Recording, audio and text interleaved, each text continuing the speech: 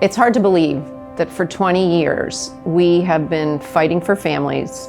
Our original vision was to have a team model. It's exciting and amazing that we have maintained fidelity to that model.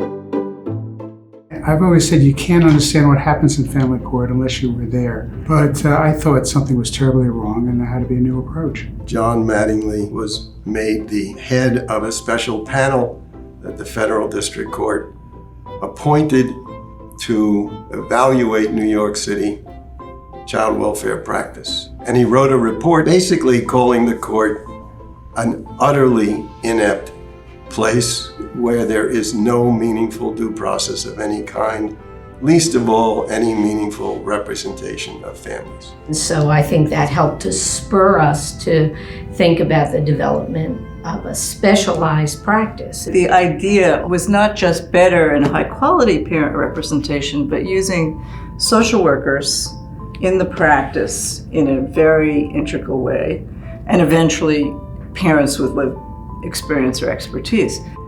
And there we were on the map. Early on, we kept data about not just the great outcomes, that 50% of our clients never had children go into foster care. If they went into foster care, they left more quickly. But we appealed to Bloomberg on the financial side because we kept data showing that if we kept children out of foster care, that the city's budget was overall very much improved because foster care is so expensive. My notes say that if a community cares about its children, it must cherish their parents. And so that was always our orientation. Despite the challenges, we never wavered from our commitment to the model, especially the voice of an impacted parent, and we never wavered from our commitment that working the model would help parents and now young people be seen with the respect and the compassion that they deserve.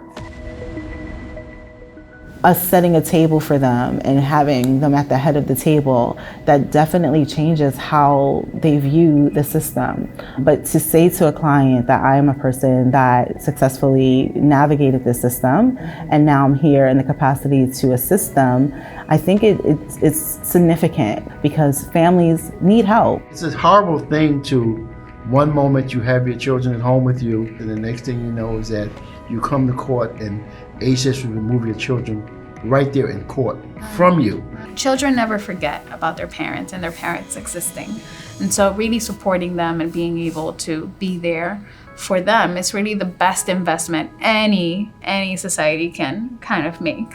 We're always David against Goliath. But the fun thing about being the little guy in that fight is that you get to think about, what can I do? How can I be creative? What can I do that's going to get the most bang for my buck? There is this notion of strength in numbers, and I do think that our clients, when they see that it's a team that's going to be representing them, it really, I think, lends a whole different perspective. And it's that experience of knowing both family court and criminal court that allows us to help our clients navigate these really complex court systems that do not communicate to each other. But it's really just changing the approach. Taking a humanistic approach, right? Yeah. I mean, like looking at people as human beings, some with flaws, and and that doesn't necessarily mean that's what defines that person, right? And I think that's the beauty of CFR. I hope our success continues. I hope more families get this model and more youth get this model, whether it's CFR or other agencies providing it. I hope the model keeps spreading across the country. It has meant a lot to me in a way that they were able to help me get my daughter back.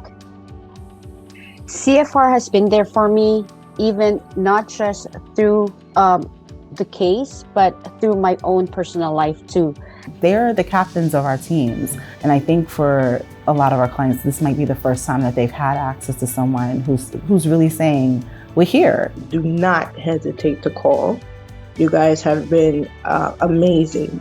So I'm glad I didn't hesitate to call. I'm glad that I got Mr. Parker that day, let alone everyone else who he has recommended behind him. There's something so energizing about just being in the fight and knowing that you're in the right fight. You can't go backwards, right? We have to continue to push to go forward. I really hope that CFR is just really beginning to expand. I think this is just the first step. I think there's so much more we can do.